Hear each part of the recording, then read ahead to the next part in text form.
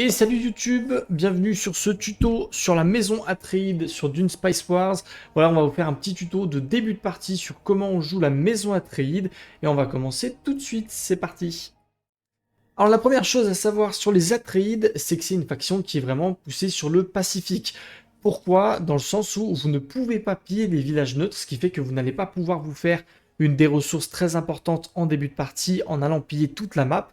Par contre, vous allez avoir des avantages qui sont quand même assez importants sur le fait de vous allez dépenser moins d'argent sur le court terme et également vous allez pouvoir aller chercher plus de bases beaucoup plus loin avec les annexions sans violence. Donc ça, c'est quelque chose de très important à comprendre quand on joue la maison Atreides.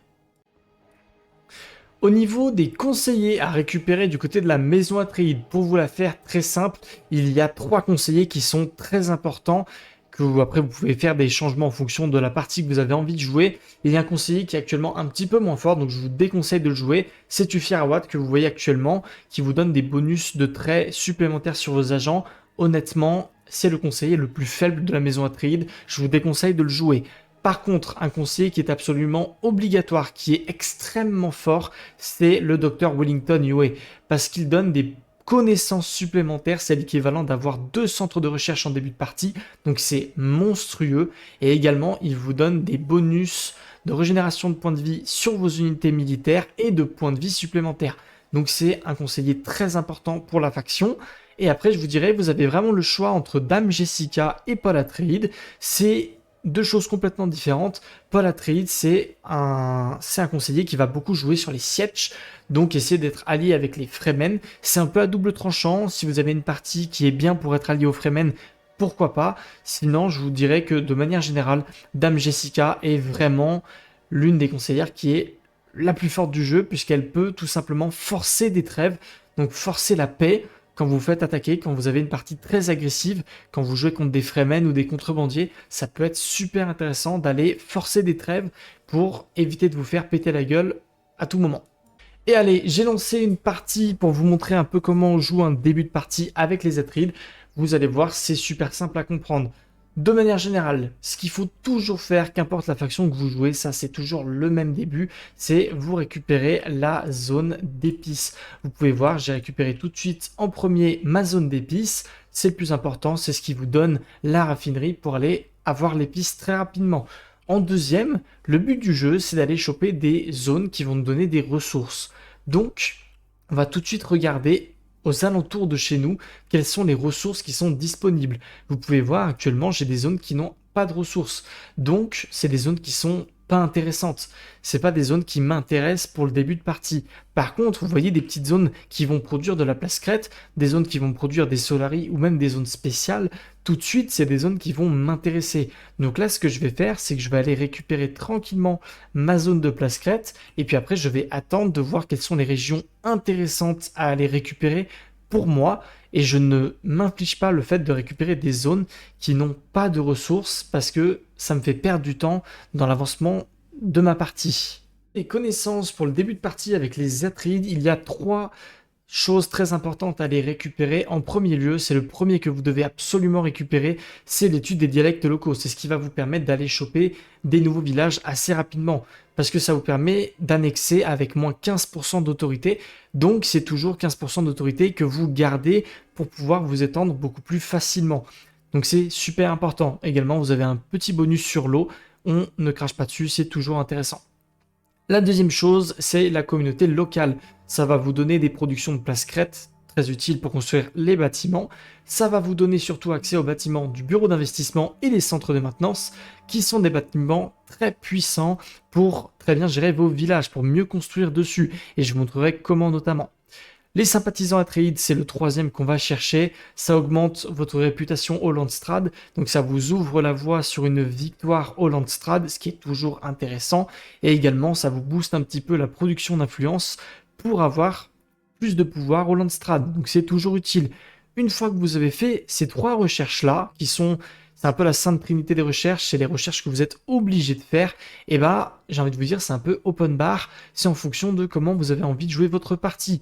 Si vous voulez jouer une partie où vous avez beaucoup de villages et donc construire très rapidement, l'aménagement urbain peut être très intéressant, qui vous permet de construire plusieurs bâtiments en même temps sur un même ville, sur le même village, pardon. Donc c'est assez important. Également, ça vous donne le traité commercial, donc ça peut être sympathique.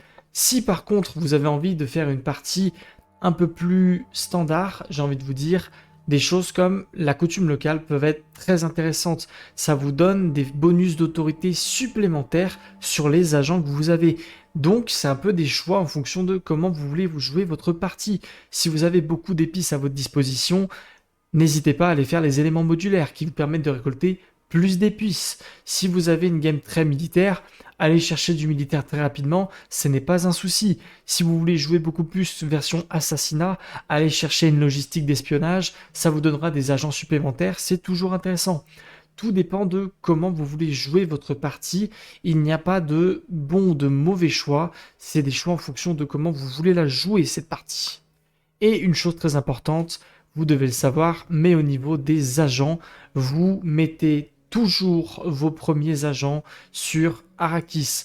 Pour une raison qui est très simple, ça vous donne des bonus d'autorité. C'est un bonus de production de +1 d'autorité. Donc c'est super important. Les autres bonus en début de partie, on n'en a pas besoin. Le plus important, c'est l'autorité pour aller chercher des nouveaux villages. Ok, j'ai avancé un petit peu la partie, vous allez pouvoir voir comment ça ressemble. L'idée, comme je vous montrais un peu tout à l'heure, vous voyez que j'ai des zones qui ne sont pas spéciales, donc des zones qui n'ont pas de ressources. Je ne suis donc pas allé les chercher, parce que ce ne sont pas des zones qui m'intéressent en fait sur un début de partie. Par contre, je suis allé chercher ce qu'on appelle un peu la sainte trinité du début. C'est toujours les 3 ressources les plus importantes du début de partie. C'est-à-dire, j'ai commencé en récupérant l'épice, qui est la ressource la plus importante, qui vous permet d'avoir de l'épice et de l'argent. C'est le plus important, il faut obligatoirement la chercher.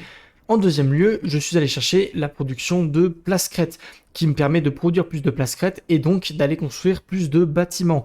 Et en troisième, j'ai chopé l'usine de traitement, voilà la production de Solaris supplémentaires.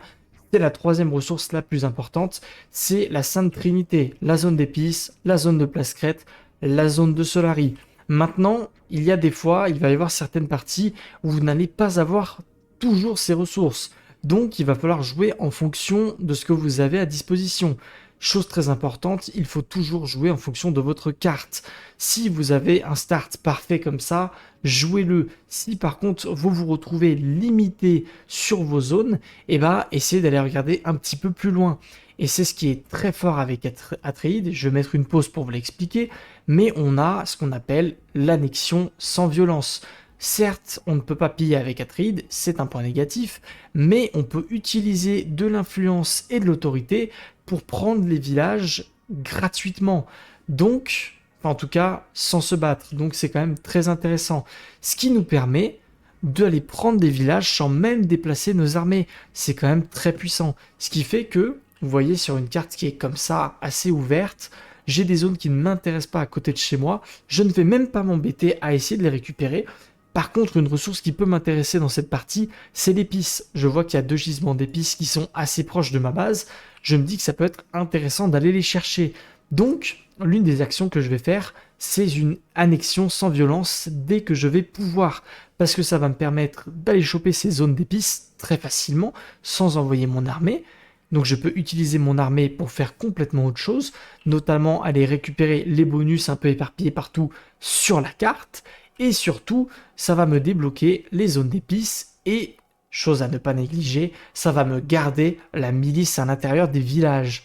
C'est-à-dire que quand vous faites une annexion sans village, le seul petit point négatif, c'est que ça dure 10 jours, donc ça prend un petit peu de temps, mais à la fin de ça, vous allez non seulement posséder le village, donc vous allez pouvoir construire dessus complètement normalement, et également vous allez garder la milice de ce village, ce qui fait que vous n'avez pas besoin d'utiliser de la main-d'œuvre supplémentaire pour vous continuer une petite forme de défense, ça se fait automatiquement, donc c'est très important. N'oubliez pas que si vous n'avez pas toutes les ressources de départ, on va dire les plus importantes, ça n'est pas grave. Regardez bien autour de vous. Regardez pas s'il y a des zones, regardez s'il y a des zones spéciales en fait, à aller récupérer des zones qui peuvent vous mettre bien économiquement. Ne prenez surtout pas les zones sans aucune ressource. C'est une perte de temps, c'est une perte de ressources et ça vous mettrait en retard dans la partie. Ok, j'ai avancé un petit peu dans la game. Vous pouvez voir que j'ai récupéré la deuxième zone d'épices avec l'annexion sans violence. Comme je vous disais tout à l'heure, ça me permet de garder la milice. Donc ça me permet d'avoir un petit bonus défensif complètement gratuitement sans utiliser de la main-d'œuvre supplémentaire. Je vais donc pouvoir produire plus d'épices. Et avec ça, j'ai utilisé mon armée, vous avez vu, je suis allé chercher une autre zone d'épices. Donc j'ai inspecté la carte au maximum, j'ai repéré toutes les zones qui m'intéressaient, je me suis dit que j'allais jouer l'épice au maximum puisque je pouvais récupérer les zones assez facilement, je les ai récupérées et donc ça m'invite à jouer au niveau de mes avancées technologiques, ça va m'inviter à jouer sur l'épice. Vous avez vu que j'ai fait l'élément modulaire qui permet d'avoir plus d'épices grâce aux équipages et aux silos à épices. Et je vais continuer, je vais aller chercher les contremaîtres Atréides qui va me permettre d'avoir toujours plus d'épices dans la partie. Donc vous voyez, on s'adapte en fonction de la carte. C'est toujours le plus important. On s'adapte en fonction de sa carte. On regarde et on fait en fonction. Également, sur la carte, au niveau des épaves, j'ai récupéré des bonus. Quand vous avez des agents, vous pouvez examiner des épaves qui vont vous donner des avancées technologiques. Vous pouvez voir que je suis en train d'en faire une pour avoir des avancées économiques. J'en ai déjà récupéré une dans le désert qui m'a donné l'avancée militaire gratuitement. Ça veut dire que je n'ai fait aucune recherche militaire et seulement en récupérant des informations sur la planète, j'ai récupéré des bonus. Donc c'est toujours intéressant à aller chercher en début de partie. Regardez bien votre carte, faites le tour. Quand vous avez des bonus qui vous donnent des avancées économiques, des avancées militaires, n'importe quoi comme bonus, c'est toujours intéressant à les récupérer. Donc jetez un œil, regardez tous les bonus que vous avez sur la carte et allez les chercher. Ok, j'ai encore avancé un petit peu la partie.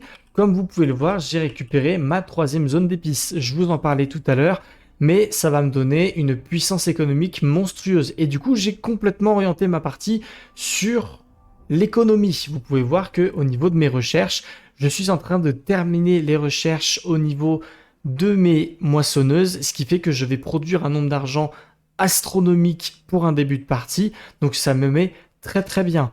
Également, je voulais vous faire un petit aparté sur les particularités de village. Beaucoup de gens ne savent pas ce qu'il faut construire dans chaque village. Et vous allez voir, le jeu vous guide un petit peu sur ce point-là.